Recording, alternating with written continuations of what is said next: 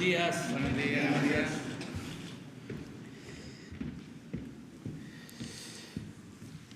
El día de hoy vamos a informarles sobre el trabajo que se está realizando para recuperar los cuerpos de los mineros de pasta de concho, porque hoy se cumplen 14 años de esa tragedia y Luisa María les va a informar, Luisa María Alcalde, secretaria del Trabajo, sobre lo que estamos haciendo. Siéntate. No.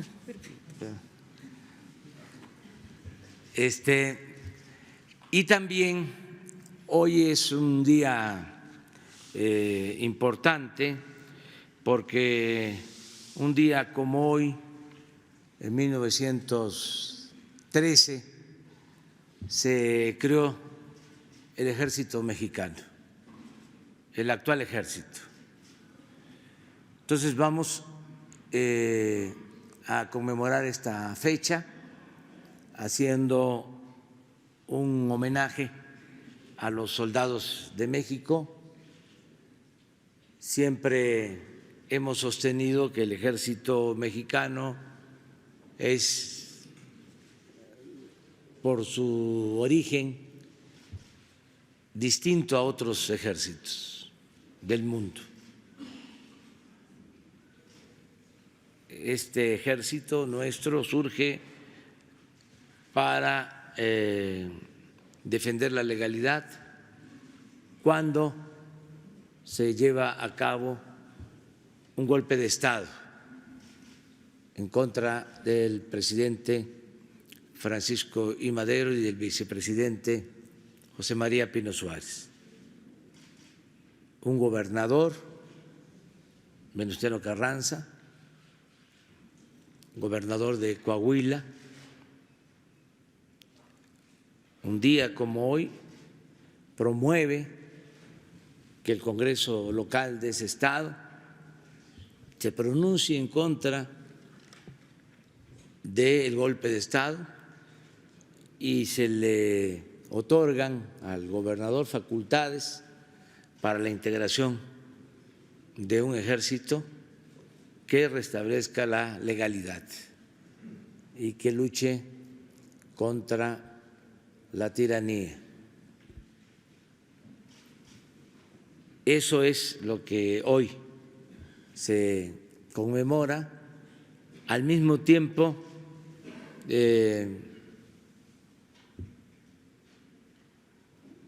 desde un día antes se había detenido mediante engaño a Gustavo Amadero y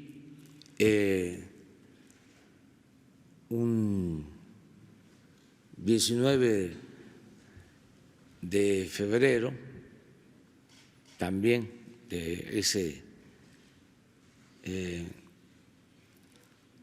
año oscuro de 1913 se le había torturado y asesinado en la Ciudadela. El mismo día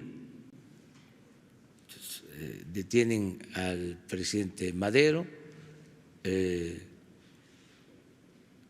asesinan brutalmente a su hermano y el mismo día surge el ejército mexicano, el ejército revolucionario. Esto explica por qué es distinto nuestro ejército, entre otras cosas. Vamos a estar en el Zócalo para conmemorar esta fecha y vamos a estar también en la Ciudadela. Nunca se había hecho un homenaje a Gustavo Amadero. Lo vamos a hacer porque fue muy importante, independientemente de ser hermano del presidente, tuvo una función básica durante la revolución, fue el que consiguió los fondos, los recursos para hacer la revolución maderista, que dicho sea de paso, no costó mucho, alrededor de 700,000 pesos, y es la revolución más auditada en el mundo, porque se entregaron los documentos, las pruebas, los comprobantes de todo lo que se ejerció para derrocar a Porfirio Díaz, para acabar con el porfiriato, y después de presentarse toda la documentación, porque se había suscrito un acuerdo de que se iba a devolver el dinero a los aportantes, el Congreso autorizó al Ejecutivo, al triunfo de la Revolución Maderista, de que se devolviera el dinero y se entregó a cada uno de los que habían contribuido para hacer posible la revolución.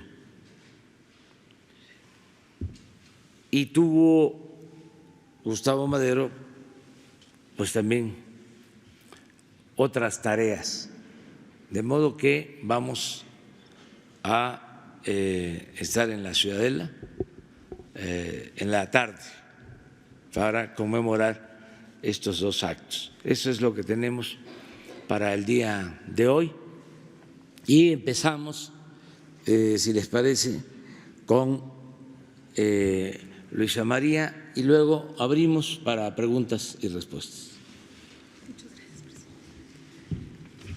Gracias, presidente. La idea es hacer un recuento de las acciones que se han realizado.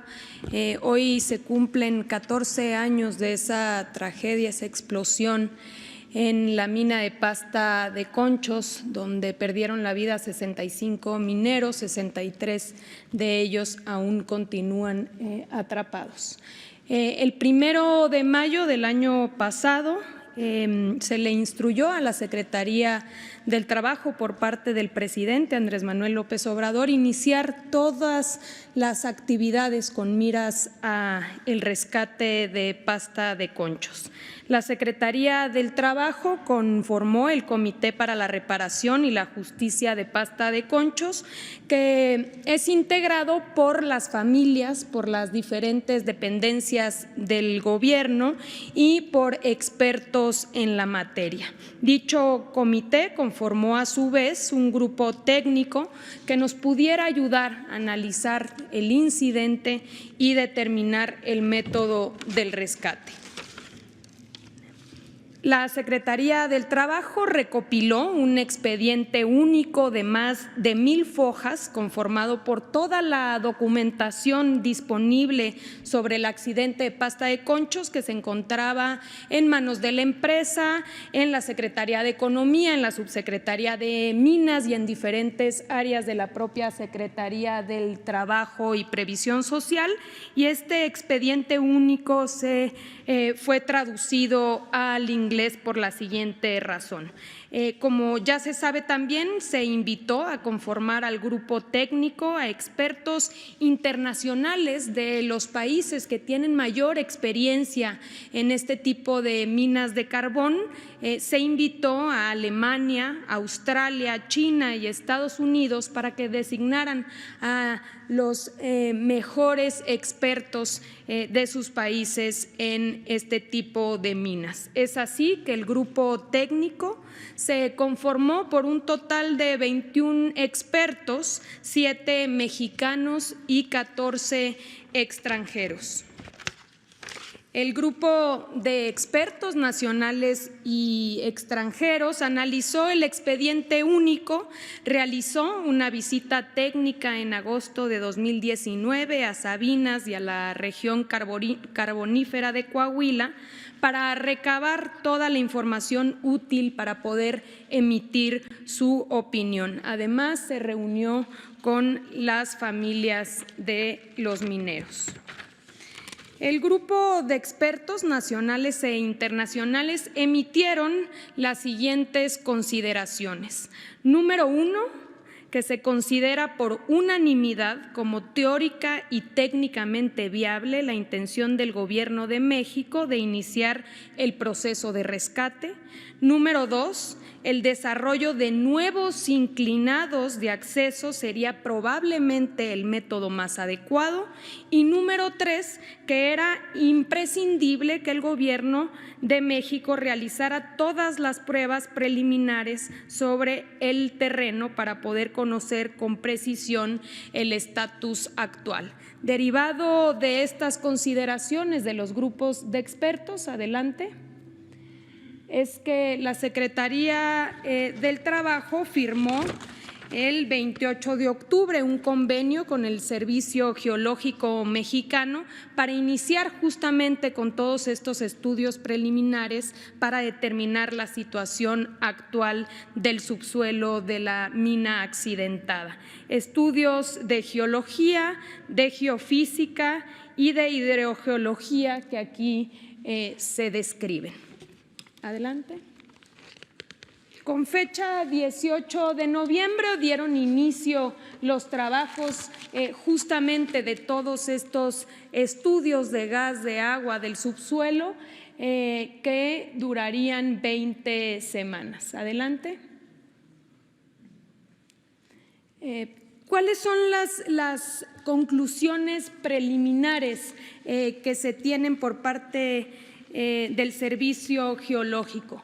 Número 1, que los niveles de agua que se habían, digamos, en un principio establecido no son tan altos, hay poca agua, incluso tan poca que podría ser extraída en un solo día, que los niveles de gas son niveles de gas promedio en una mina de carbón, no es tampoco estos niveles tan altos como en algún momento se había determinado, que la entrada, que es esta parte amarilla, donde dice túnel del primer intento de rescate, que ese fue el primer intento de rescate, está totalmente colapsado, por lo que se confirma la teoría de que no se podría entrar por donde ya se había una vez intentado y que habría, en su caso, que tener o que realizar un inclinado diferente en donde se muestra el círculo azul con una cruz.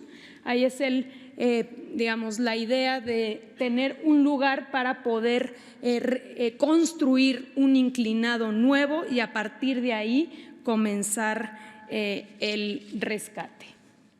Siguiente. ¿Cuáles son los siguientes pasos? En marzo va a concluir el Servicio Geológico Mexicano, va a entregar el dictamen que ya trae estas conclusiones que hoy comentamos para determinar de entrada el método final del rescate. Ya tenemos por lo menos los indicios de que tiene que hacerse este nuevo inclinado por otra parte distinta de la mina, porque si podemos, regresar al mapa anterior, toda la parte verde es roca firme. Acá sucedió la explosión y en lo otro hay roca firme, por lo que podría hacerse ese inclinado, se encuentra dentro de la misma concesión y aparte se encuentra en roca firme. Adelante.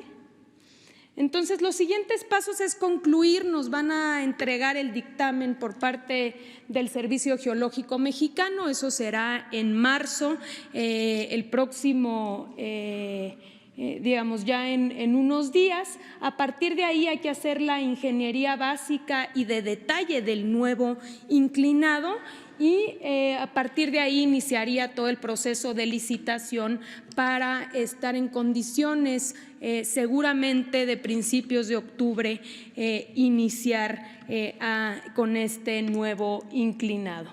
El día de ayer dio a conocer Grupo México que entregaría al Gobierno de México el título de concesión de El Olivo, donde sucedió el accidente, y estamos trabajando con la Secretaría de Economía para a partir de esto analizar todas las acciones. Seguimos trabajando, presidente, y pues hoy recordamos a 14 años esas vidas que quedaron atrapados en este terrible accidente.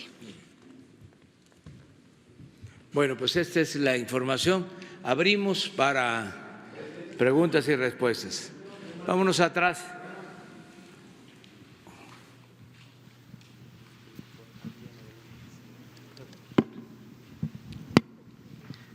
Sí, buenos días, presidente. Diana Benítez, del diario 24 Horas. Yo le quisiera preguntar, ayer ya no hubo oportunidad en el Pulso de la Salud de ver este tema de los medicamentos.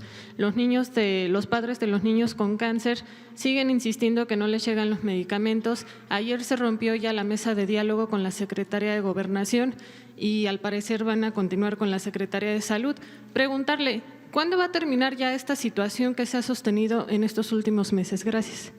Ya estamos avanzando. Hoy de nuevo se reunió el Gabinete de Salud con el Gabinete de Seguridad. Acabamos de terminar esta reunión para evaluar cómo vamos. Ya se informó que se están comprando todos los medicamentos, tanto en México como en el extranjero, que no van a faltar los medicamentos, que había una situación pues muy anormal en el abasto de estos medicamentos, monopolios de empresas que eran las que abastecían a precios elevados, con ineficiencias y, desde luego, con corrupción. Entonces, ya se está atendiendo este asunto, que es importantísimo, y nosotros nos hemos dado de plazo para mejorar sustancialmente todo el servicio de salud pública el día 1 de diciembre, pero vamos a ir mejorando todo lo que es el abasto, haciendo todo lo que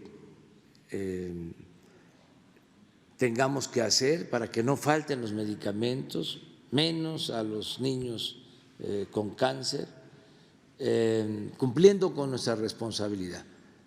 Desde luego, también que la gente sepa que hay una oposición política al cambio, hay una resistencia, hay una reacción, están participando dirigentes de partidos políticos alentando estos movimientos que, independientemente de quien los esté promoviendo, nosotros tenemos la obligación de que no falten los medicamentos. Presidente, presidente, pero este argumento ya lo hemos escuchado en ocasiones anteriores. Sin embargo, esta compra que menciona, ¿para cuántos días va a alcanzar? Porque parece que se les entrega el medicamento y se vuelve a la misma situación, y de nuevo las protestas y de nuevo las mesas con las secretarías. ¿Cuándo será ya este abasto general, no intermitente? Pues ya tenemos abasto ahora y no va a faltar. Desde luego vamos a resolver por completo el problema. Ayer se le preguntaba al general sobre la falta de un medicamento en el hospital militar. Hoy van a informar de que es un asunto de un tipo de medicamento que no lo tienen en un hospital, ellos lo están investigando, pero que hay suficiente en otro. Y ya hoy mismo se ha dado la instrucción para que no falte el medicamento. Y va a informar hoy la Secretaría de Defensa sobre este caso. Una segunda pregunta, presidente, si nos pudiera platicar un poco de esta cena que tuvo ayer con varias empresas, por favor. Bueno, sí, es una reunión como las que tengo con empresarios. En este caso es una asociación de empresarios que tiene su sede en Nueva York, es la Sociedad de las Américas. Ellos agrupan a empresas, a corporaciones que invierten en México y en otros países, y nos visitaron ayer. Se dio a conocer qué empresas representan los directivos que estuvieron ayer aquí. Cenamos, les informé de la situación económica, financiera del país, y ellos también dieron a conocer su punto de vista. En general, muy optimistas con el futuro económico del país, con el compromiso de mantener inversiones y de ampliar inversiones en México en el marco del Tratado de Libre Comercio. Fue una muy buena reunión. Yo estuve en Nueva York en esta asociación hace 2 años, y la señora Susan, que es la que coordina la presidenta, esta es una fundación o una asociación que creó el señor Rockefeller. En aquel entonces nos atendió de manera muy respetuosa, nos ofreció una cena en Nueva York. Todavía era yo precandidato a la presidencia, y ahora decidieron venir, estar en México, y sí son corporaciones muy grandes, todas tienen inversiones en el país y van a ampliar las inversiones. ¿Le dieron un monto de cuánto se ampliarían estas inversiones? Hablaron todos de los montos, pero yo no recuerdo. No hice la suma, pero sí miles de millones de dólares de inversión. Gracias, presidente.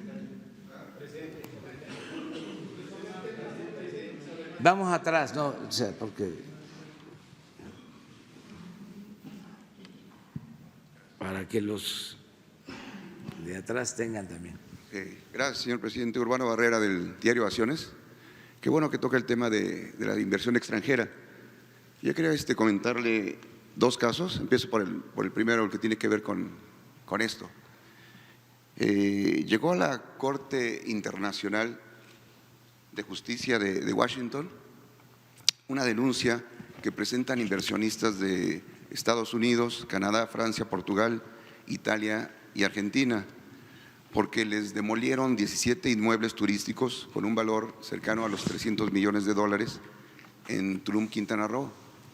Estos predios, después de haber sido demolidos, se readjudicaron con malas prácticas, con contubernios de jueces del Poder Judicial local, y los afectados ya están reclamando. De este caso ya tiene conocimiento la Suprema Corte, el Consejo de la Judicatura Federal, y recientemente llegó la información aquí a la Presidencia.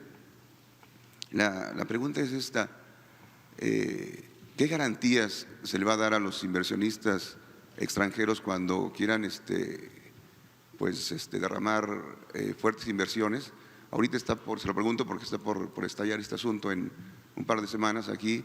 Inicialmente están demandando algo así como $50 millones que viene del gobierno anterior de Roberto Borges Angulo, pero sin duda va a estallar en estos días. La pregunta en este caso es, ¿qué garantías se ofrecen? Sabemos que es diferente ahora. ¿Qué se va a hacer? ¿Se va a sancionar? ¿Se va a castigar? ¿Y qué mensaje se les manda ahora que hay una muy buena relación con el presidente Trump, con el ministro Justin Trudeau? ¿Qué se hace en estos casos y cómo se va a revisar? Esa es una pregunta, y si me permite ahorita le plantearé otra. Precisamente la reunión de ayer se llevó a cabo en un ambiente de confianza hacia el Gobierno de México. Saben muy bien, porque tienen información, que hay finanzas públicas sanas en el país y que se tiene un auténtico Estado de Derecho, que no hay, como antes, empresas predilectas y que no se cometen abusos,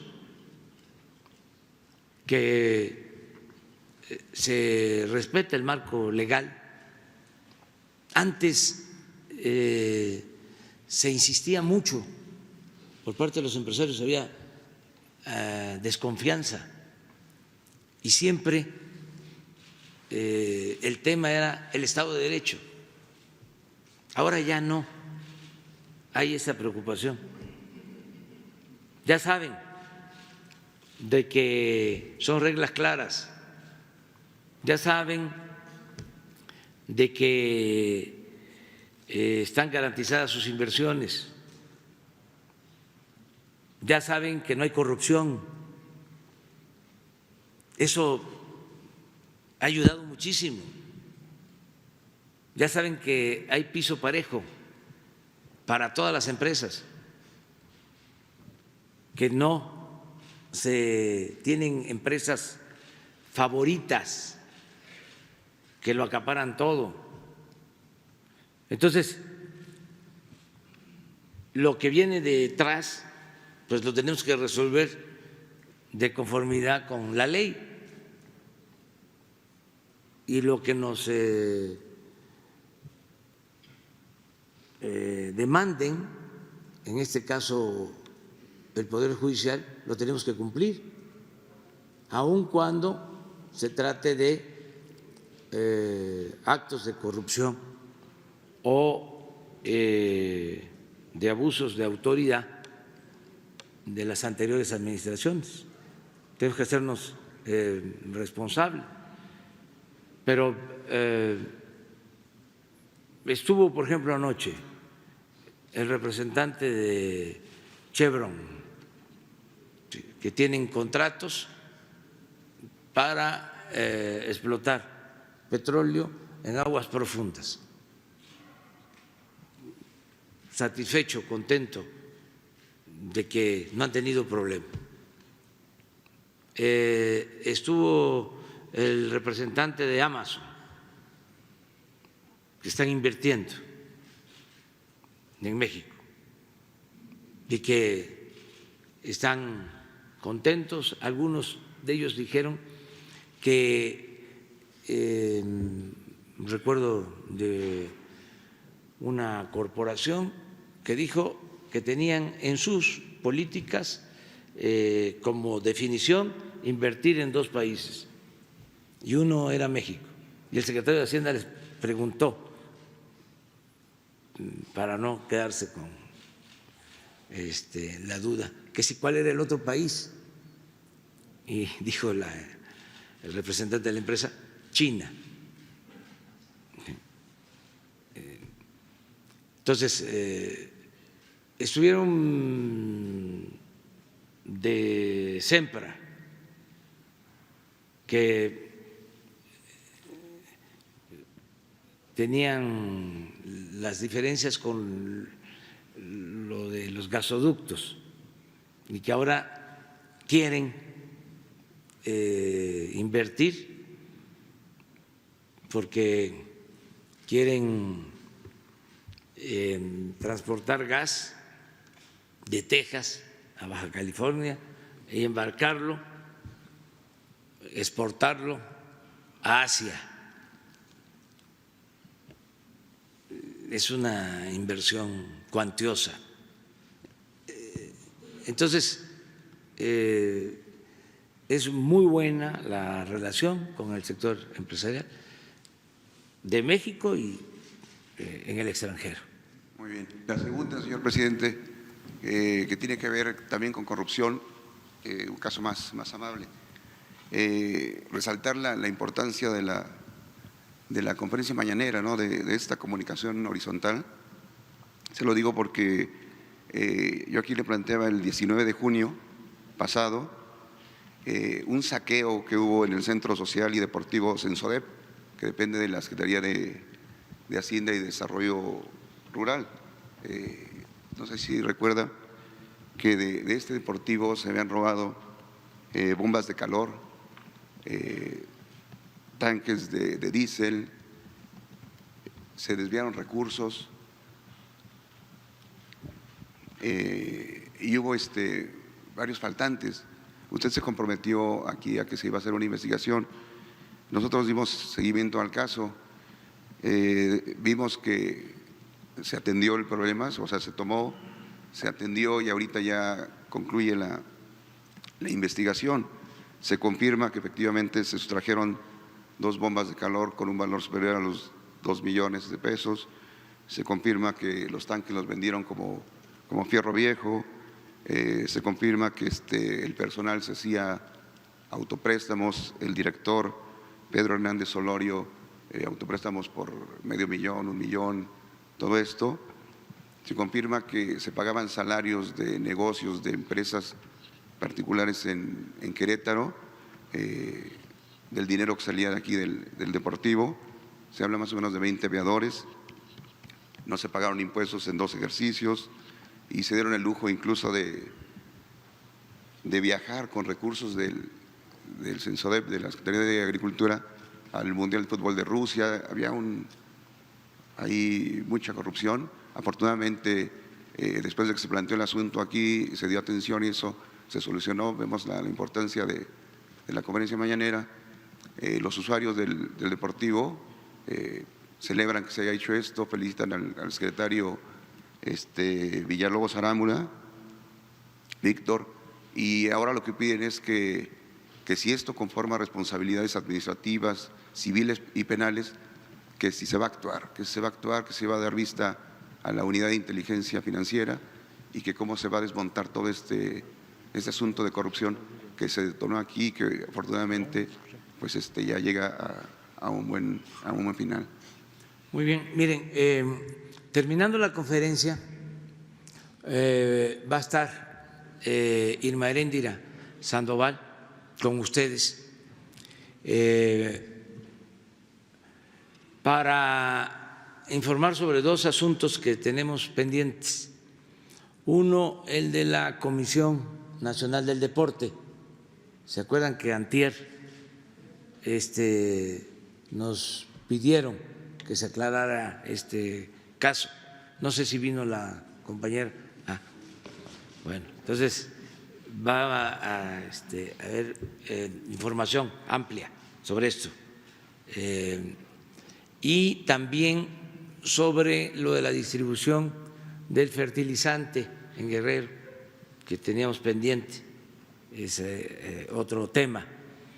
Y así Irma va a estar constantemente informándoles del estado que guardan las investigaciones que va a implicar en su momento, de acuerdo a los procedimientos legales, pues sanciones administrativas o sanciones penales en el caso de que existan todos los elementos de prueba. Entonces, Irma Heréndira Sandoval les va a informar y se puede aprovechar para que se ahonde sobre lo que estás planteando.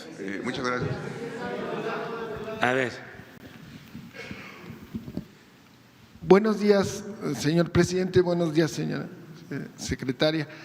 Yo quisiera preguntarle a la secretaria del Trabajo, ¿qué está haciendo su secretaría para prevenir y dar cumplimiento a la ley mexicana y a los acuerdos del Tratado del TEC-MEC en relación a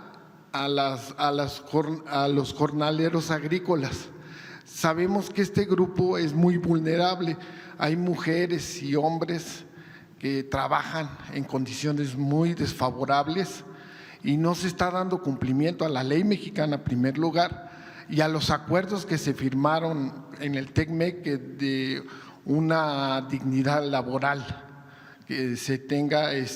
Sabemos que hay mujeres embarazadas que trabajan, la población de esta población casi todos son, en su mayoría son indígenas, que los traen de lugares de Oaxaca para trabajar en San Quintín, en Baja California.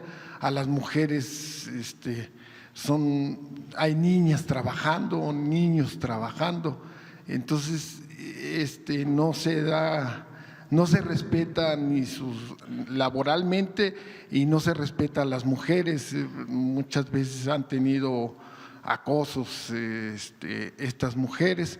¿Qué está haciendo? Y en ese caso, y también a las trabajadoras de las maquilas en la frontera, ellos también es un grupo muy vulnerable.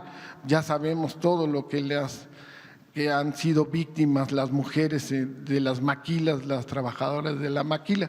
Esa sería mi primera pregunta.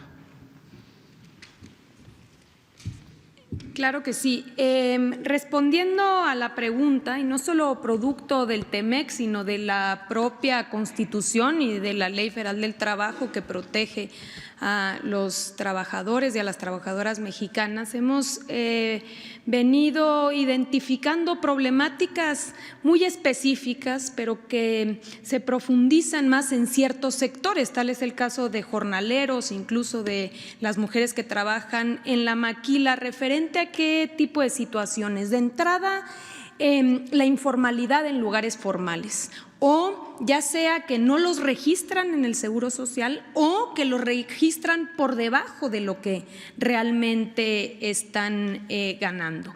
Y otra de los focos rojos que también hemos venido haciendo verificaciones, inspecciones en diferentes centros de trabajo es el cumplimiento específico del salario mínimo en la frontera, que recordaremos el año pasado se duplicó y que en este tipo, sobre todo del sector de jornaleros agrícolas y de las maquilas, se está haciendo un trabajo constante para que se dé cumplimiento a estos derechos básicos establecidos en la ley. Entonces, ¿qué estamos haciendo? Estrategias de entrada de verificación, ¿no? Tenemos este brazo inspectivo que nos permite llegar a los centros de trabajo y verificar que en efecto se estén dando cumplimiento a los derechos básicos individuales y colectivos, pero también se está trabajando con otras dependencias. Aquí ya informábamos incluso en alguna ocasión de la coordinación estrecha que se tiene con el Instituto Mexicano del Seguro Social para identificar este tipo de irregularidades cuando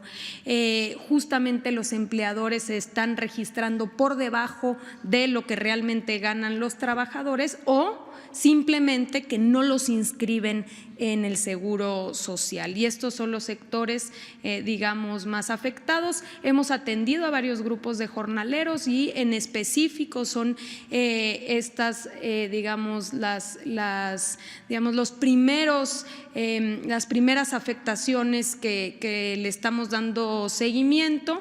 No sin ello, obviamente, pues siempre abrir la posibilidad a esta organización colectiva de diferentes sectores, como es el caso de los jornaleros, a través de sindicatos auténticos que los defiendan y que puedan a través de la negociación colectiva también ir mejorando sus condiciones de empleo. Muchas gracias. Quisiera hacerle otra pregunta, secretaria. ¿Qué está pasando en Notimex? Tengo entendido que en la mesa de trabajo, en la mesa de negociación, la directora se levantó de la mesa, entonces puede estallar la huelga, ¿no? Y sería muy lamentable que estallara la huelga. ¿Qué está pasando? Bueno, como aquí también ya se ha señalado, se estableció una prórroga, se siguen teniendo pláticas en el marco de la Junta Federal de Conciliación y Arbitraje, se han venido teniendo audiencias, platicando con las partes, esperando a que se pueda llevar o llegar a un acuerdo sin la necesidad de que estalle la huelga. Es un derecho que tienen los trabajadores, también hay que decirlo, el poder, digamos, recurrir a esta herramienta. Se tiene el plazo, por lo menos la prórroga se estableció para el primer minuto de este viernes. Si no se llegase a un acuerdo y el sindicato decidiera, entonces pudiese estallar la huelga. Nosotros vamos a seguir dialogando con las partes, esperando a que pueda haber un acuerdo en beneficio de las trabajadoras y de los trabajadores de Notimex. Muchas gracias. También para la secretaria. A ver. Presidente, buenos días. Una pregunta para la secretaria, Luisa María Alcalde, y otra para usted, si me lo permite. Soy Marco Antonio Olvera, del Diario Digital Bajo Palabra. Secretaria, aquí hace unos 4 o 5 meses, no recuerdo exactamente, yo le pregunté sobre el tema qué pasaría o qué estaba pasando con las personas adultas mayores que trabajan pues 8 o 9 horas en los centros comerciales, donde Walmart y Grupo Aurrera y demás, pues los tienen sin ningún pago, y sin embargo trabajan y lo único que le dan es un mandil para poder empacar. Ahora ya desaparecieron las bolsas de plástico en la Ciudad de México, no sé si en los estados de la República también eso acontece.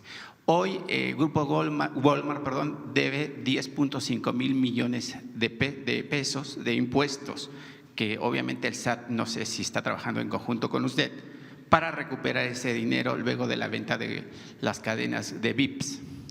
¿Qué está haciendo? ¿Qué pasó con el derecho de esas personas adultas que ahora además tienen otro peso? Pues ya no van a poder empacar porque ya no hay bolsas. ¿Cuál fue el acuerdo con esas empresas extranjeras?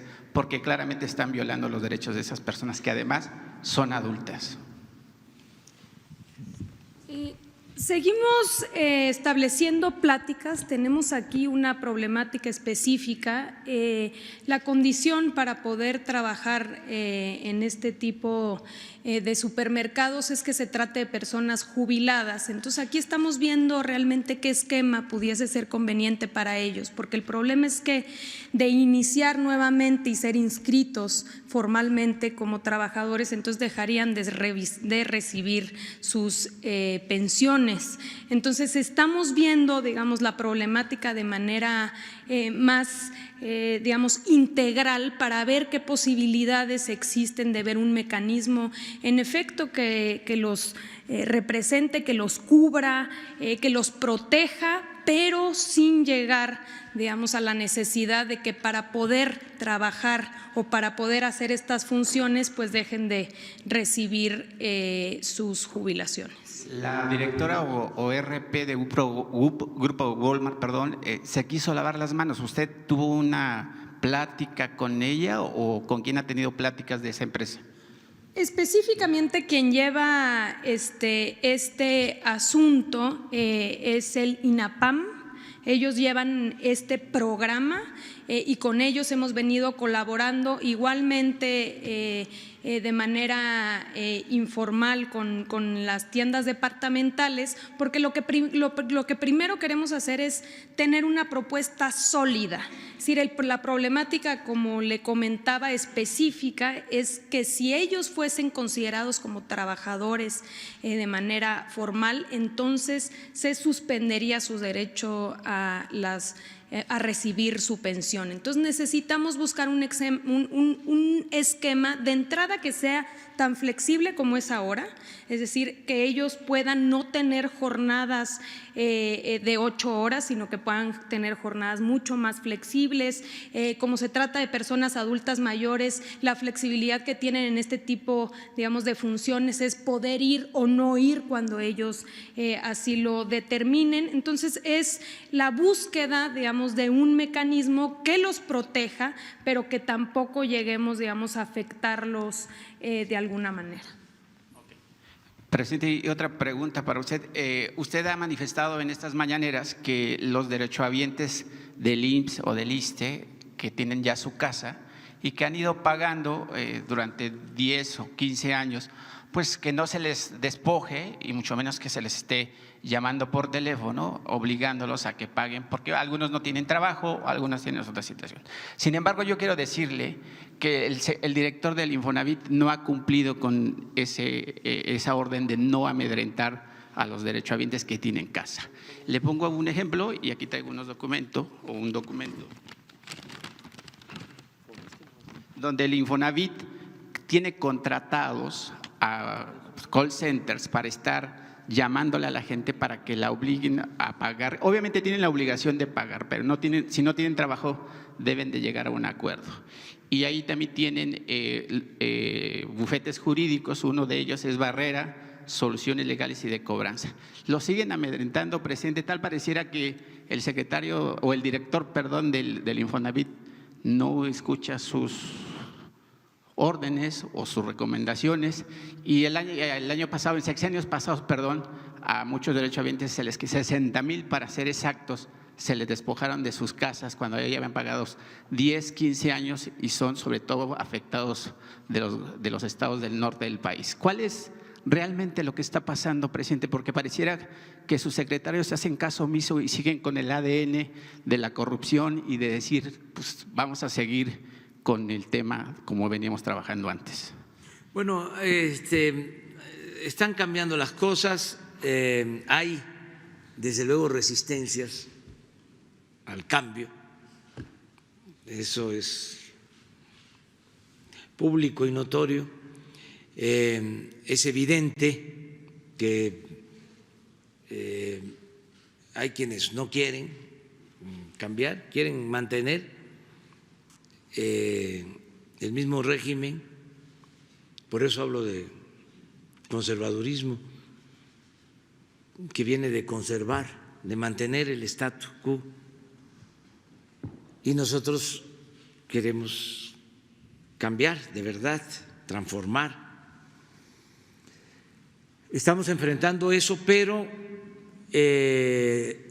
no va a haber ningún obstáculo.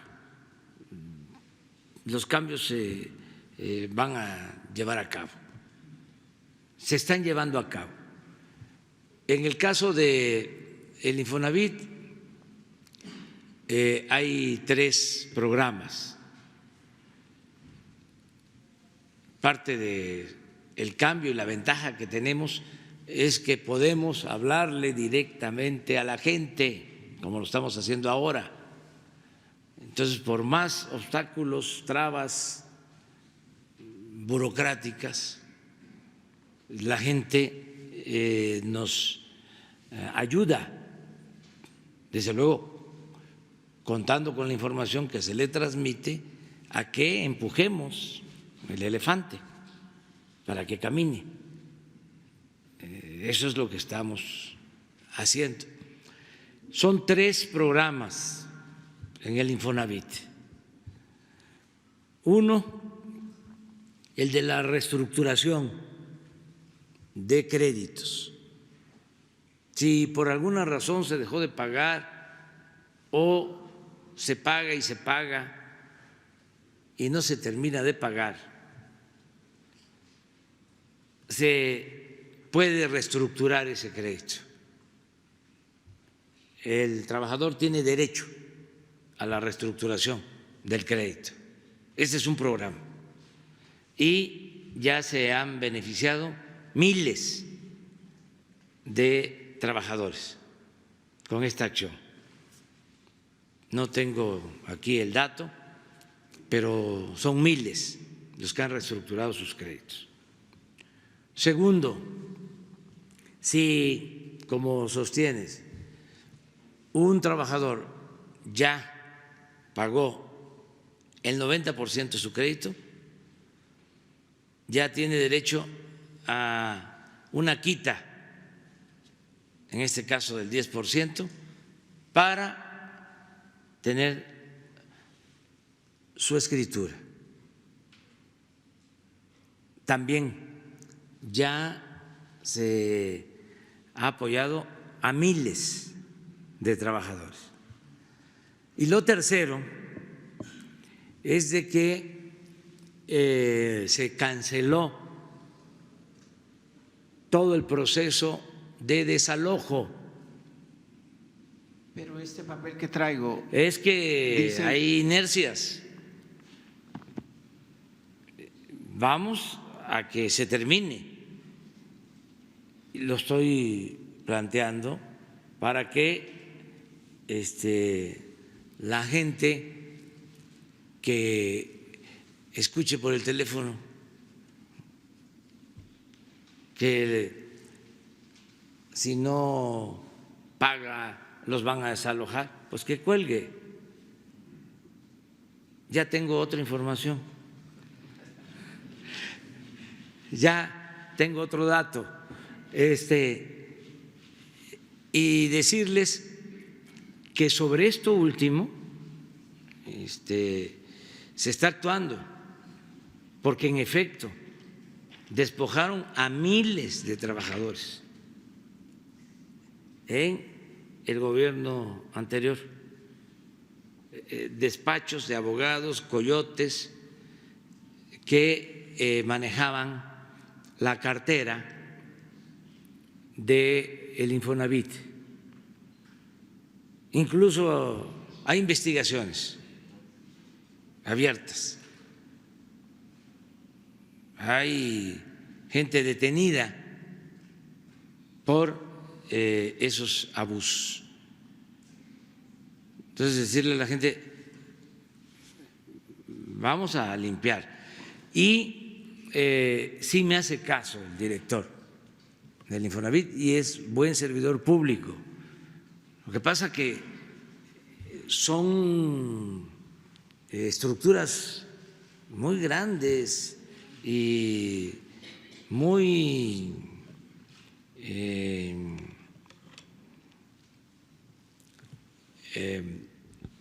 mal acostumbradas a actuar con prepotencia y con autoritarismo y con corrupción. Todo eso es lo que se está enfrentando, pero se va a terminar de limpiar y hemos avanzado. Le voy a pedir yo al director del Infonavit que venga aquí para informar sobre los 3 programas. Acuérdense que también yo voy a informarles el día 5 de abril, voy a informar puntualmente sobre todos los programas,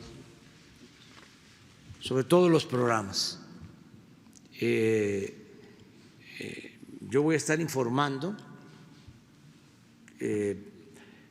cada 3 meses. Voy a informar el 5 de abril.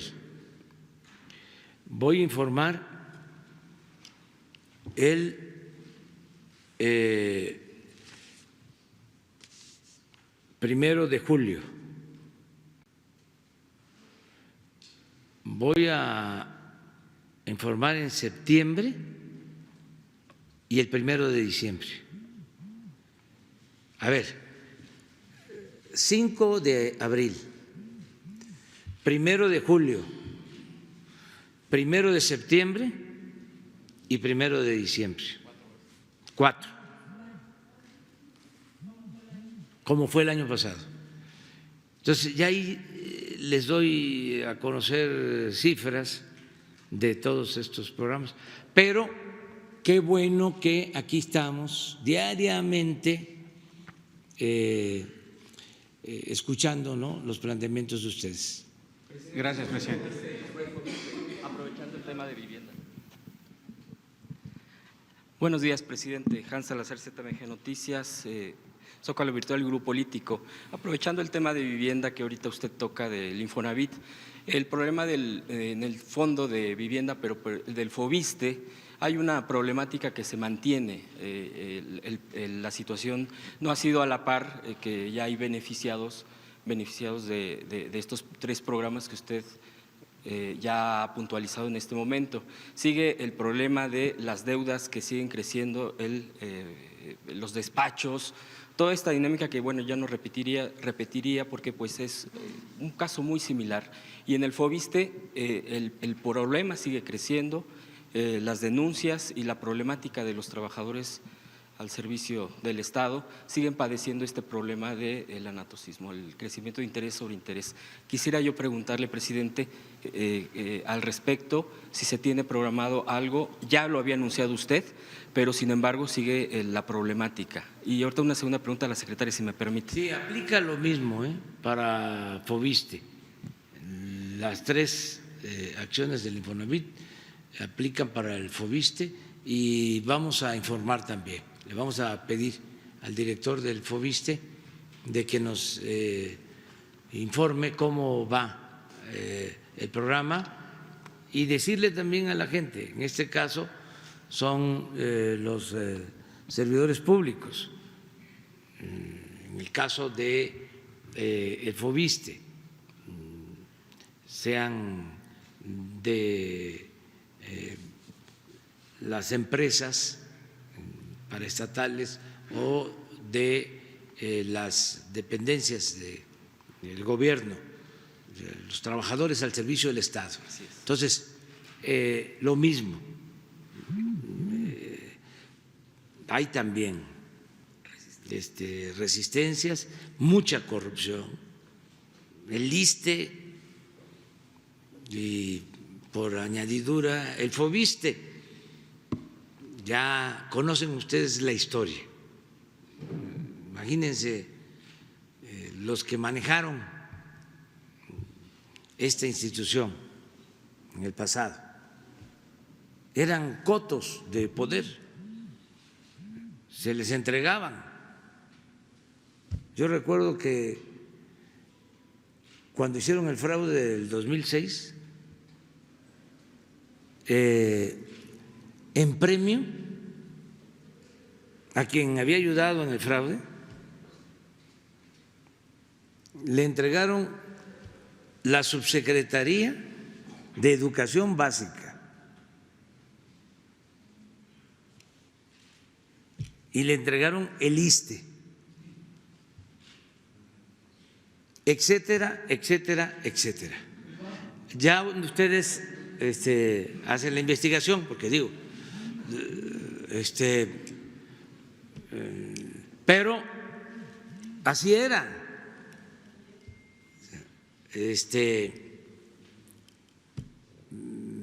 ¿Me ayudaste? Si eran de los machuchones, te doy Hacienda.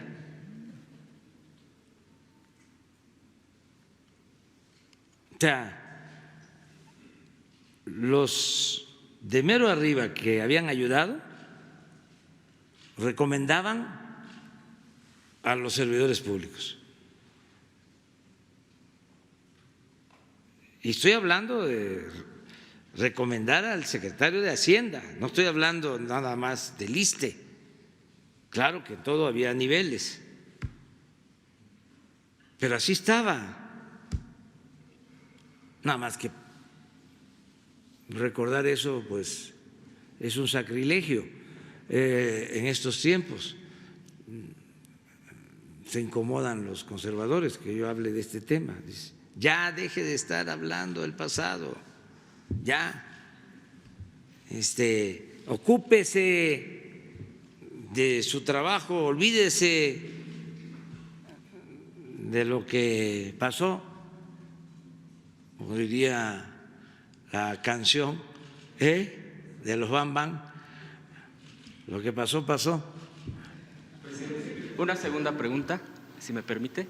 El pasado 16 de enero del presente año, durante las grabaciones de la serie de Televisa Sin Miedo a la Verdad, en la locación ubicada en la calle Oriente 239E-28 de la Colonia Agrícola Oriental, los actores Jorge Navarro y Luis Gerardo Rivera, de 46 y 38 años respectivamente, perdieron la vida al caer de un puente a 5 metros de altura, desprovistos de equipo de protección, faltando así a las normas y protocolos de seguridad para trabajos de altura, estipulados por la Secretaría del Trabajo y Previsión Social, publicadas en el Diario de la Federación, dejando así 2 viudas y un hijo de 6 años huérfano. Ante los hechos, la ANDA ha declarado a los medios que no le corresponde a la asociación revisar que las medidas de seguridad se cumplan. Por otro lado, la producción retomó grabaciones de la serie sin haber hecho una declaración de lo sucedido y sin ser cuestionada por la seguridad de su set. Un grupo de actores independientes han solicitado lo siguiente, y esos son 3 puntos muy puntuales que planteo aquí: que se esclarezca el caso y haya transparencia en los hechos; 2, que se indemnice de manera justa a las viudas; y 3, leyes que garanticen seguridad en el set, frente y detrás de las cámaras. Incluso ellos han pedido una reunión, pues en este caso si se pudiera con la Secretaría del Trabajo o eventualmente pues con quien se designara. No sé si pudiera responder esto. Sí, yo conozco del caso porque se dio a conocer, se difundió. Gracias, presidente. ¿Cómo se llama este gran actor de Sonora? Jesús. Jesús Ochoa. Y Joaquín Cosío también. Sí. Y Joaquín. Gracias, presidente. Tenemos mucho contacto con la ANDA y en efecto hay leyes laborales que establecen claramente las condiciones idóneas para evitar este tipo de accidentes. Habrá que evaluar específicamente para el caso de los sets de televisión y en general, y con mucho gusto nosotros podemos atender a la ANDA, al sindicato, para poder ver una ruta hacia adelante. Estos actores, disculpe secretaria, pues son independientes y no les han hecho caso ni en la ANDA. No sé si concretamente estos actores no les han hecho caso incluso en la ANDA. No sé si los pudiera particularmente a los actores independientes recibirlos. Por supuesto que sí, las puertas de la Secretaría del Trabajo están abiertas para poderlos recibir y en su caso para poderlos acompañar. Recordemos que acá en la Secretaría del Trabajo tenemos la Procuraduría de Defensa del Trabajo, que también es una herramienta al servicio de los trabajadores para este tipo de casos, en este caso de indemnizaciones, si fuese el caso. Gracias, secretario. Gracias, presidente.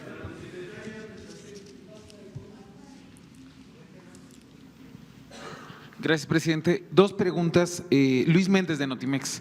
La primera es respecto al tema de pasta de conchos. A mí me gustaría preguntarle a la secretaria si Grupo México pagará algún tipo de indemnización una vez que soltó esta concesión. Digo, entiendo que se pagó ya una indemnización a las familias por los mineros atrapados, pero ¿bastará solamente con regresar la concesión? ¿Habrá algún tipo de castigo? ¿Qué pasará judicialmente con esta empresa que, bueno, ahora suelta la concesión, pero durante mucho tiempo se negó al rescate de estos cuerpos? Si me pudiera contestar, por favor, secretaria, y luego le hago una segunda pregunta, presidente. Nosotros en la dependencia estamos específicamente dedicados a hacer todos los esfuerzos necesarios para el rescate. No llevamos ningún procedimiento, digamos, ni administrativo ni penal. Creemos que es una buena noticia el hecho de que la empresa Grupo México, digamos, voluntariamente regrese la concesión al Gobierno de México, y seguiremos actuando con las diferentes dependencias con miras específicas a esto que consideramos, pues, digamos, una deuda que durante muchos años, como bien aquí sabemos, pues, digamos, no se restableció ese mecanismo de justicia, no solo para las familias, sino para toda la zona carbonífera de Coahuila y sin duda para nuestro país, que es lo que significó, pues, digamos, este accidente. Entonces, no llevamos nosotros ningún tipo de procedimiento con ese tema. Presidente, mi segunda pregunta es, ayer la presidenta del Consejo Nacional de Morena, Berta Luján, buscaba darlo de baja como congresista nacional del partido que usted fundó. Me gustaría que me diera una opinión respecto a esto, si usted considera que se le necesita dar de baja. Y también hoy posiblemente se resuelva el caso de la crisis en Morena. Sé que usted ha dicho que no opina sobre partidos, pero es, digamos que también hay un peligro por parte de quien podría quedarse con la dirigencia de Morena, porque son quienes no apoyaron la baja de los recursos a los partidos políticos. Si esto, pues, es una de sus políticas de gobierno, y si este grupo se queda con el partido de Morena, no se corre el peligro de que no se impulse esto en la Cuarta Transformación. Por favor, presidente. Estoy en huelga. Nada más decir que es importante el que el Grupo México haya accedido a entregar la concesión de la mina. Esto no limita el derecho de los familiares de las víctimas a sus procesos de indemnización o a cualquier otra reivindicación laboral, social. Nosotros nos comprometimos a rescatar los cuerpos de los mineros y la secretaria me planteó que era necesario el tener el terreno, la concesión, y le solicitamos a el presidente del Consejo de Grupo México que nos entregara la concesión, que ayudara, y nos respondió de manera afirmativa, es decir, aceptando. Me envió una carta con ese propósito. Esto, pues, lo tenemos que reconocer, porque si no se iba a iniciar un proceso jurídico, porque legalmente ellos tenían el derecho de la concesión. Entonces, se avanzó en este sentido, ¿no? Independientemente de lo otro. Es lo que puedo comentarte. Sobre su baja, presidente.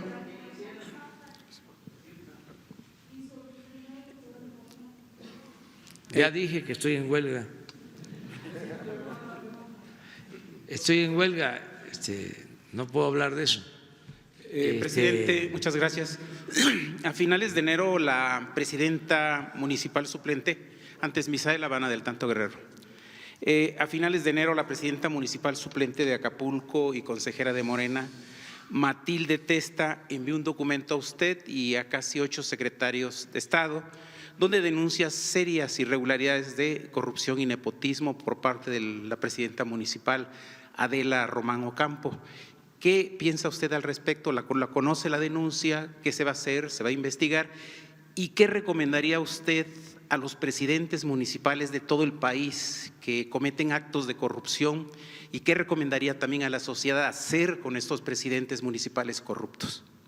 Bueno, informar a todos los mexicanos que existe la Fiscalía Anticorrupción. Vamos un día a informar sobre cómo se deben de presentar las denuncias, cómo acudir a esta institución para que todos conozcan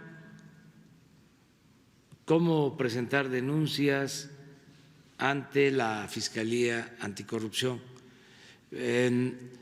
Desde luego, ya lo he dicho, no se tolera la corrupción, es mal visto el corrupto.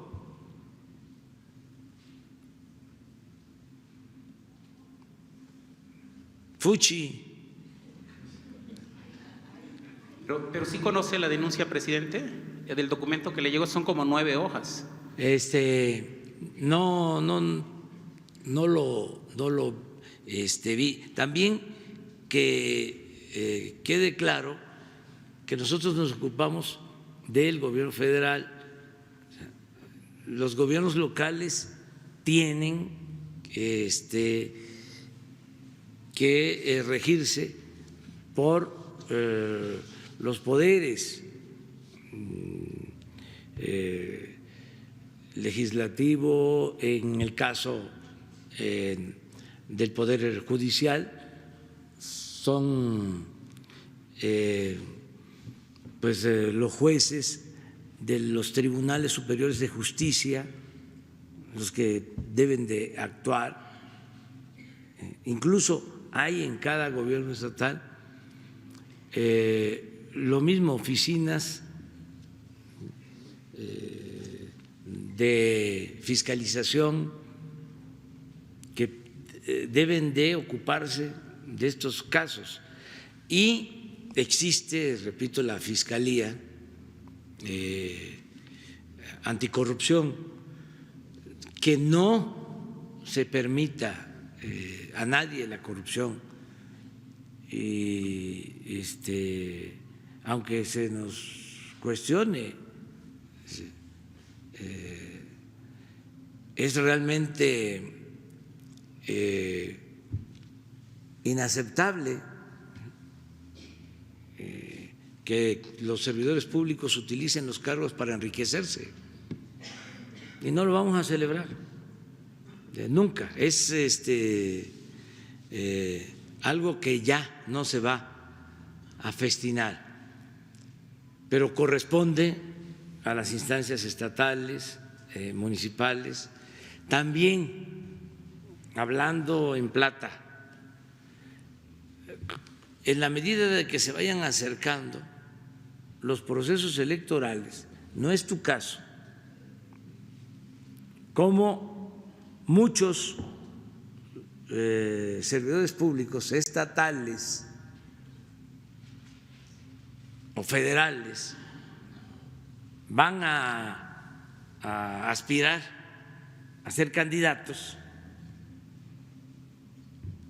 Esto es para que también lo tengamos aquí en cuenta.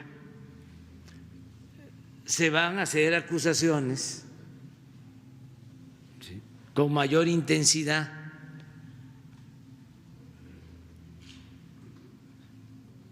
Sobre posibles adversarios. Entonces, que no nos manipulen, que no nos dejemos. Afortunadamente aquí es pura gente consciente, puro periodista, mujeres y hombres profesionales, independientes, cercanos al pueblo, distantes al poder y a los grupos de intereses creados. Pero cuidar eso, porque si no, a ver, lo voy a balconear en la mañanera. No es el caso, ¿eh? Sí, en este caso ella es consejera de Morena y es presidenta suplente por Morena. Por eso, no meternos en eso, o sea, entre menos nos metamos en la politiquería, coloquialmente llamada grilla, mejor, porque la mañanera tiene su nivel. La gente por eso nos ve. Si no actuamos con profesionalismo, con objetividad, se desacredita este espacio que es muy importante para informar, para que haya mensajes de ida y vuelta.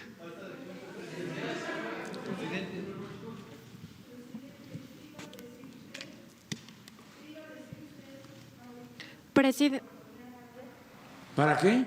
Ahorita dijo usted, aquí voy a balconear a alguien, ya me interrumpió. No, más bien que no es para… No, que no, yo no, que puede ser que sin darnos cuenta,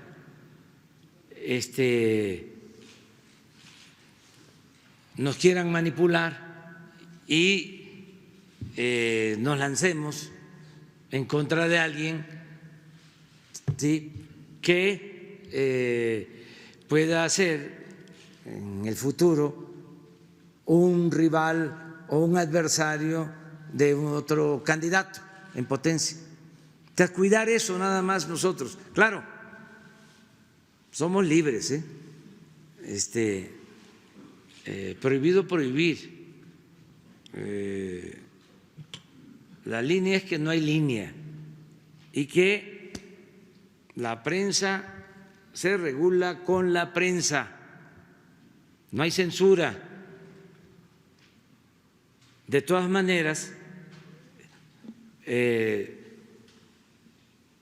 la medida de que se vayan acercando elecciones,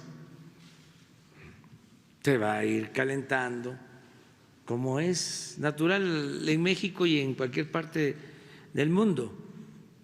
O sea, en los tiempos electorales, cuando hay campaña.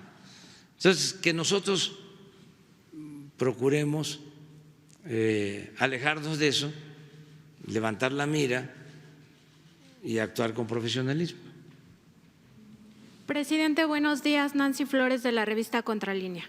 Preguntarle sobre la lista de los 300 empresarios, esta investigación que realizó la Unidad de Inteligencia Financiera sobre los 300 empresarios que habrían evadido el impuesto por honorarios asimilados a salarios, entre los que está Vicente Fox, que usted mismo aquí en la conferencia mañanera había dicho que un expresidente había evadido impuestos.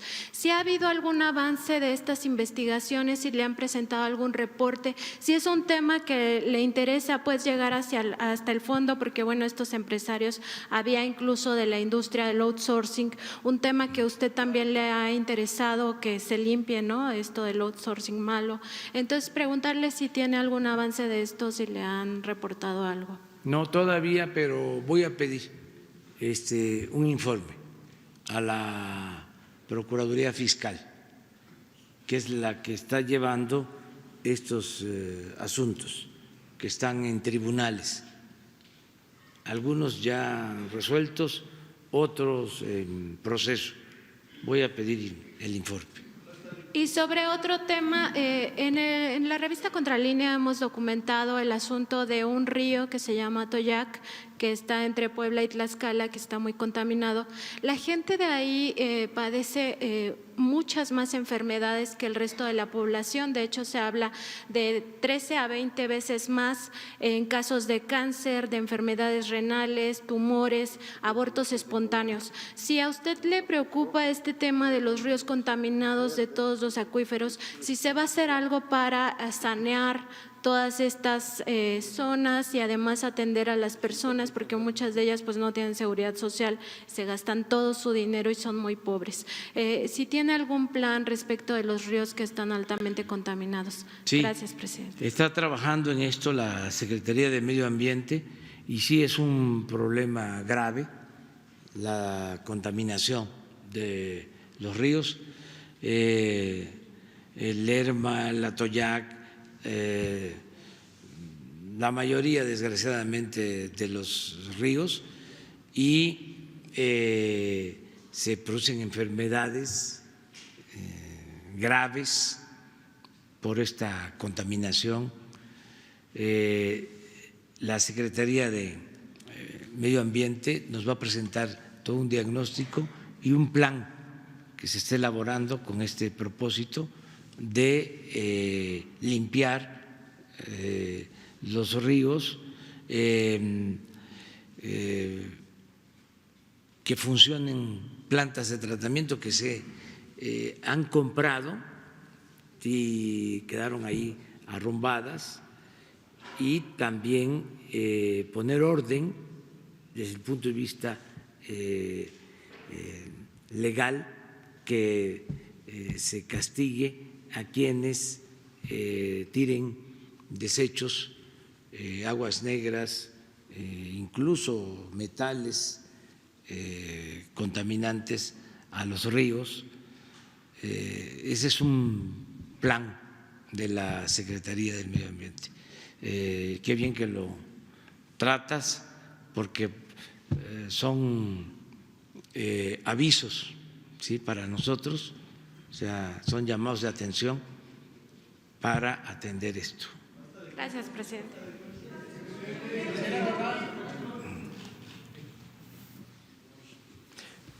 Buenos días. Jesús, lo de la contaminación del río, lo de Víctor Manuel Toledo. Buenos días, presidente. Buenos días a todos.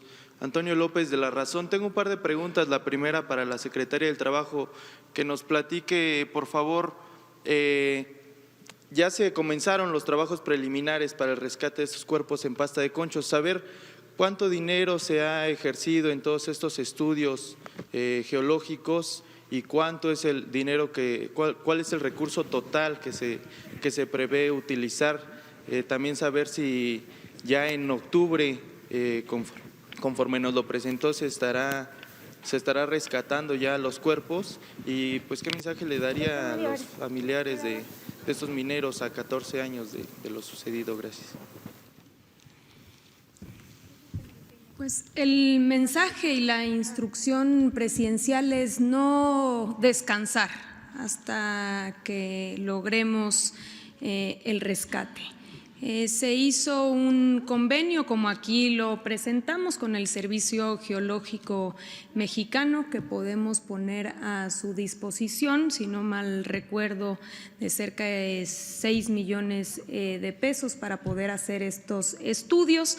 Y finalmente tenemos que esperar hasta marzo, una vez que nos den el dictamen formal, después de todos los estudios que se hicieron, que si bien es cierto ya hay algunos indicios, como aquí mencionaba al inicio, de la presencia de niveles de agua, de gas, en fin, ya se ha venido avanzando en todos estos estudios. Habrá que esperar a marzo para determinar y, digamos, confirmar uno, que se trata de un nuevo inclinado, donde aquí señalaba en el mapa, y ya teniendo eso confirmado, entonces pudiesen hacerse estimaciones en el futuro, que cuando se tengan se van a informar.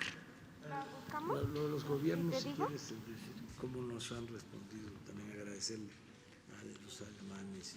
Sí, y también, por supuesto, aprovechar la tribuna para agradecer al gobierno de Alemania, de Australia, de Estados Unidos y de China, que pusieron a su disposición a las mejores gentes, a los mejores expertos en minas de carbón, trabajando específicamente en este asunto. Como aquí se señaló, se les dio a cada uno de ellos el expediente único que consistía en toda la documentación, más de 1000 hojas, para que pudiesen conocer toda la documentación disponible respecto al accidente. También viajaron a la zona carbonífera, hicieron sus estudios, sus dictámenes y finalmente pudieron tomar la determinación que aquí también se informó hace un rato. Entonces agradecemos profundamente estos actos de solidaridad finalmente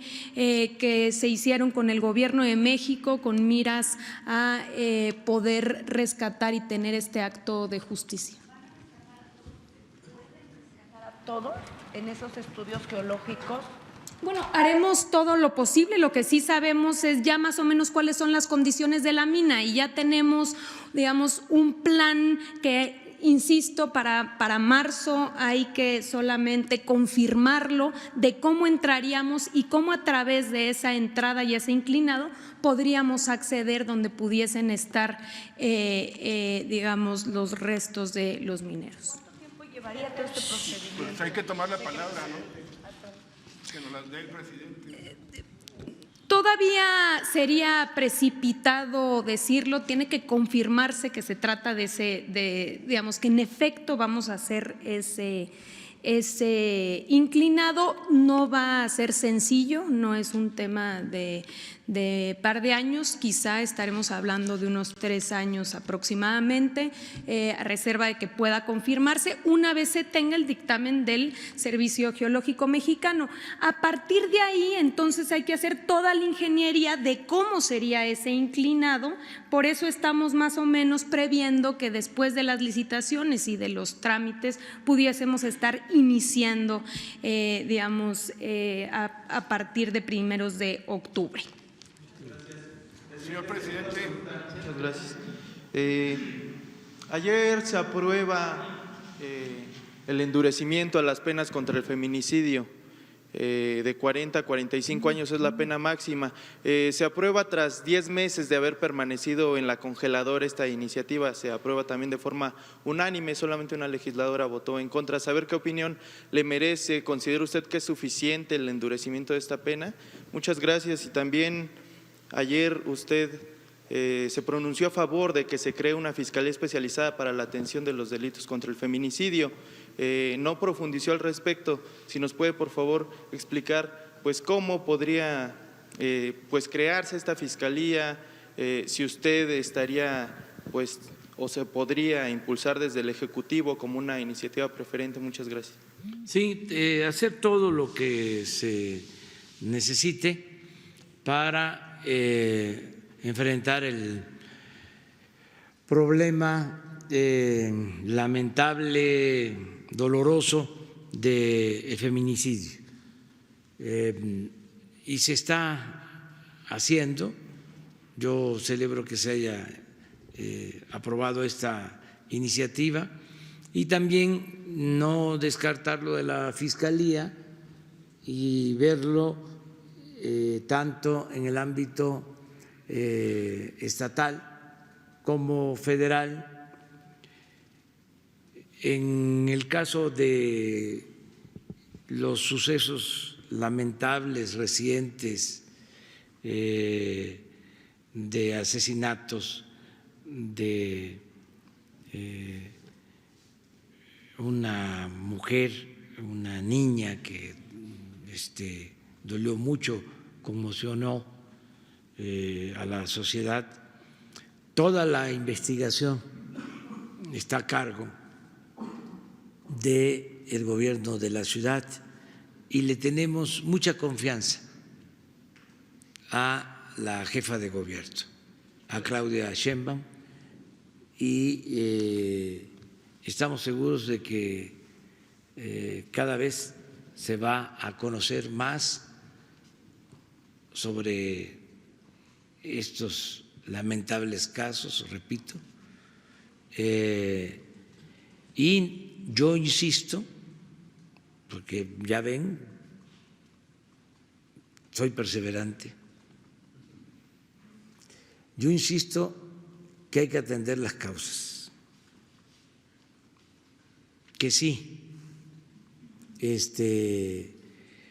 deben de haber leyes severas, castigos, cárcel,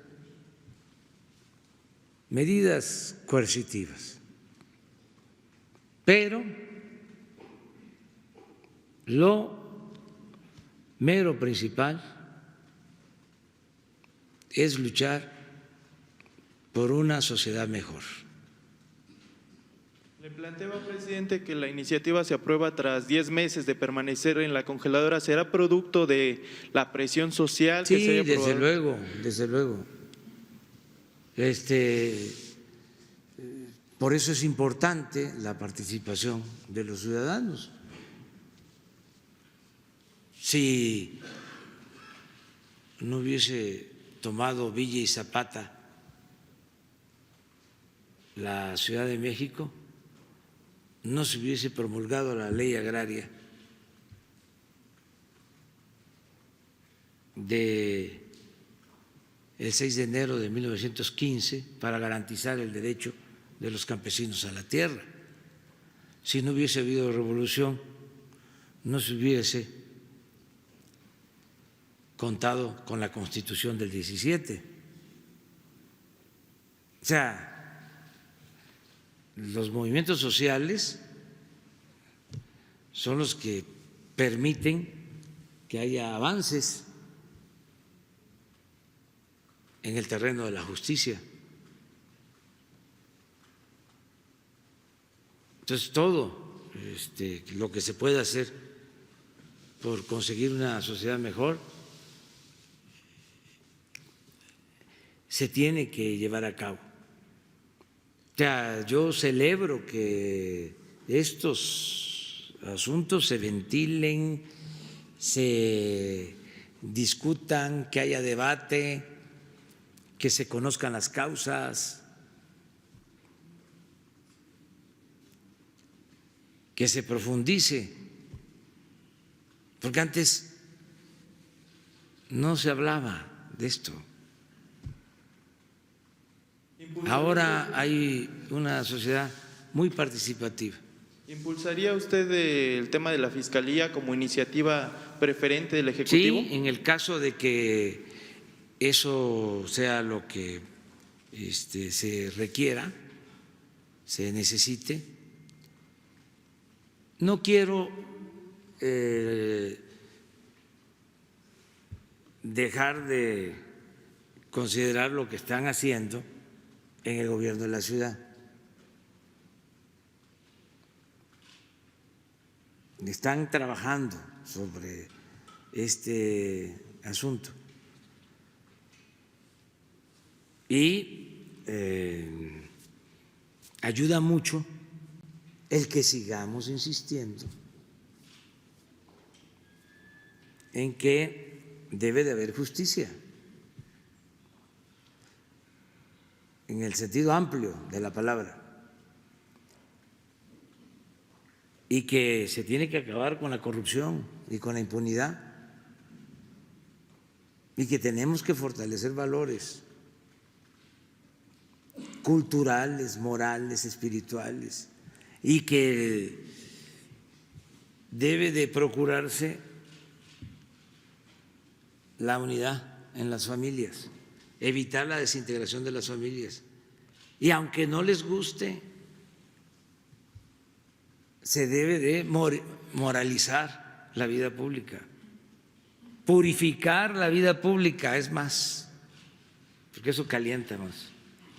Estoy convencido de que no solo es una crisis por falta de bienes materiales, es una crisis por pérdida de valores. Y la familia es fundamental. La izquierda cometió el grave error de hacer a un lado a la familia y le dejó a la derecha, con toda su hipocresía, el tema de la familia. Nosotros consideramos que es fundamental mantener unida, integrada a la familia, sobre todo la familia mexicana, que es fraterna, que es solidaria. Si no tuviésemos esos valores, si no fuese por la fraternidad familiar, esto sería un infierno. Lo que ha evitado una mayor descomposición social ha sido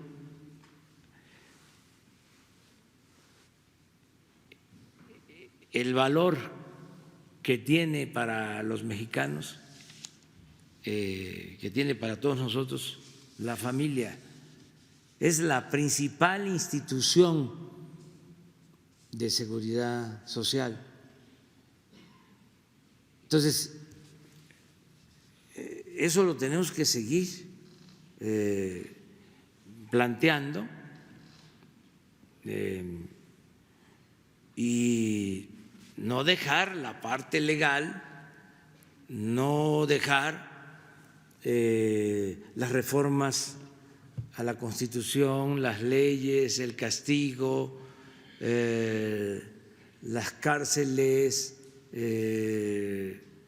la severidad, el que no haya impunidad, que no haya protección para los que cometen delitos. Todo eso hay que seguirlo haciendo, pero no lo olviden, la paz y la tranquilidad son frutos de la justicia. Dinamarca. Vamos a los ejemplos, porque no estoy hablando al tanteo. No tiene corrupción, no hay corrupción en Dinamarca. ¿Y saben? No hay pobreza y no hay inseguridad ni violencia.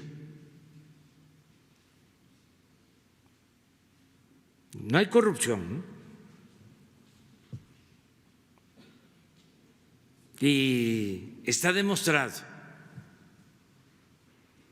que a menos corrupción, menos pobreza, menos inseguridad, menos violencia.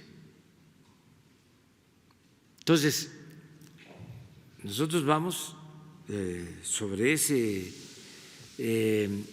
propósito de acabar con la corrupción, de fortalecer los valores,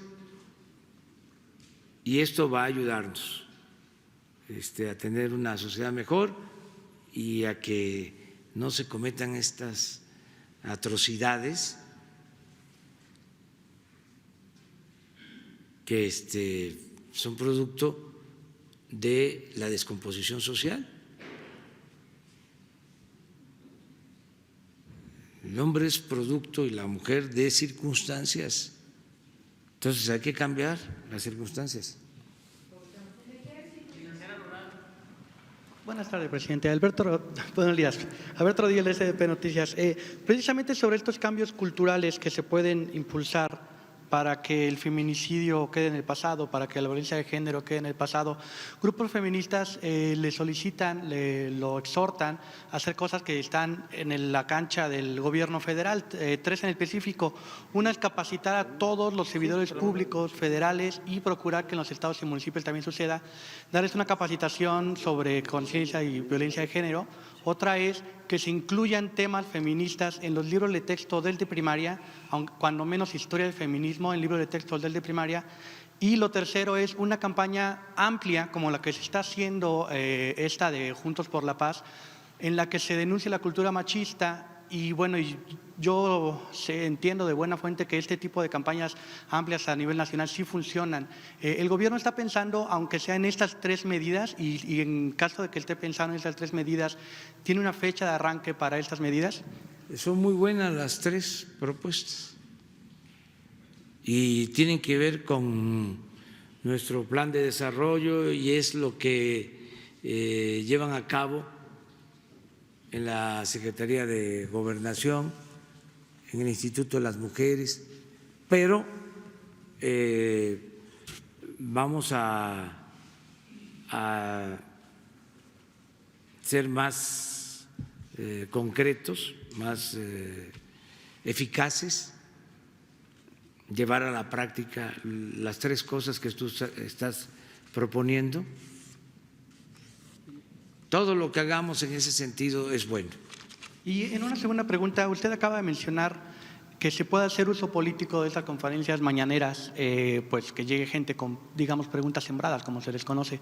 En este sentido, y dado que viene la elección intermedia de 2021, ¿ha usted pensado en suspender este ejercicio durante la duración de las campañas o hacer o al menos tener un mecanismo para evitar que las mañaneras pues tengan claros fines político-electorales? Sí, no, ya con esto que estamos advirtiendo, no se van a tocar temas políticos electorales.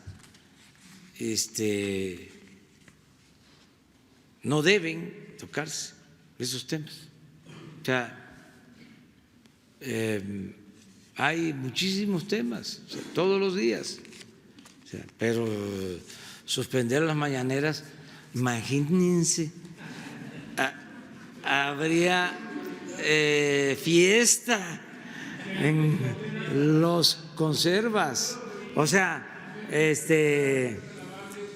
¿cuánto lo celebrarían? ¿No? Imagínense, ¿no? Nos tendrían nada más sentaditos en el banquillo de los acusados. Si así vean la prensa hoy, ahí se los dejo de tarea, teniendo esta posibilidad de réplica, imagínense que no comunicáramos, que no ejerciéramos nuestro derecho a informar, nos quedaríamos en estado de indefensión. ¿Cuántas calumnias se seguiría aplicando aquello de que la calumnia cuando no mancha tizna? Entonces, o ahí sí que ofrezco disculpa, ¿no? Por adelantado. Y no descartamos los sábados y los domingos. Nos vemos mañana. Me tengo que ir porque 2 cosas. Una, hay un pequeño receso y va a estar Irma Heréndira Sandoval con ustedes para informarles sobre estos 2 casos. Y luego tenemos el acto en el Zócalo en homenaje al ejército mexicano. Entonces ya tenemos que retirarnos. A ver, sí, cómo no. Gracias, ¿me escucha bien? Son de las 100 universidades, una de ellas que está aquí cerca, la ESPA, está en paro de hace 2 días. Mencionan que no tienen la certeza de una titulación y están pidiendo la destitución de la directora. Hay otras universidades con otros problemas, pero lo principal es que no están reconocidas, o sí están reconocidas. ¿Me pudiera usted responder? Sí, sí están reconocidas. Miren, desde que estábamos en la oposición, que empezamos a crear universidades, fueron reconocidas, con más razón ahora que estamos en el gobierno. Y deben de haber, no dudo, problemas. Sí, porque pues son universidades. ¿En qué universidad no hay movimiento? Los jóvenes pues son, como decía el presidente Allende, los estudiantes son la levadura. O sea, hay diferencias y todo, pero se arregla, todo se puede conciliar mediante el diálogo. Y le vamos a pedir también que regrese, ya estuvo, pero que regrese la rectora, directora, coordinadora del programa de universidades públicas, Raquel Sosa, porque este organismo México en favor de la corrupción, ¿cómo se llama? ¿Cómo? Mexicanos contra la corrupción, mexicanos a favor de la corrupción. Hicieron una denuncia de las 100 universidades, porque ellos apostaron durante mucho tiempo a la privatización de la educación. Deberían de ser sinceros, no de como decía el finado Fidel Velázquez, ¿no? Soy charro y qué. O sea, estos deberían de actuar así, con sinceridad, no con la hipocresía. Es decir, no me gusta la educación pública, o sea, estoy en contra de la educación pública, estoy a favor de la educación privada. Deben de estudiar nada más los que tengan para pagar colegiatura y dejar de estar simulando. Entonces vamos a pedirle a Raquel que venga, porque para este organismo estas universidades son patito. Está como el periodista que dijo que las medicinas que estábamos comprando en el extranjero eran piratas. O sea, pero es por lo mismo. Entonces le vamos a pedir a Raquel que venga, que informe y que incluso se dé a conocer lo que está sucediendo en esta universidad. Ya estuvo ella con los estudiantes, pero incluso se pusieron a pedir su destitución, también la de ella, porque dicen que no hay claridad en el plan de estudios y se los cambian constantemente. También tienen problemas con las becas los muchachos y con los pagos los maestros. Ahora los están haciendo, tenían unas especialidades los maestros y ahora los están haciendo con un horario de 8 horas completo. Eso es lo que ellos exponen, además de que la primera generación ya salió hace un semestre y no se han podido titular, no hay un plan de titulación. No es que venga yo aquí a armar ni que esté de acuerdo yo con Mexicanos contra la corrupción, pues eso es problema de ellos, ¿no? No. Yo lo único que le digo es lo que veo. No te estoy confundiendo, al contrario, agradezco que estés haciendo el planteamiento porque nos permite informar. y es lo que vamos a hacer. Correcto. Que venga a Raquel Sosa e informe. Sería muy porque bueno. para nosotros es uno de los mejores programas. Pues claro. Fíjense lo que son las cosas. A mí me llena de satisfacción que los jóvenes no sean rechazados y que tengan la posibilidad de estudiar. O sea, a veces se dice, sí, ¿y para qué estudian? Si cuando terminan no tienen trabajo. Aún con ese supuesto, que desde luego puede rebatirse, porque estudiar es fortalecer el espíritu, fortalecer la conciencia, ¿sí? Encontrarle sentido a la vida. El estudio es fundamental, es básico para la existencia. Bueno, pero también hay otra cosa.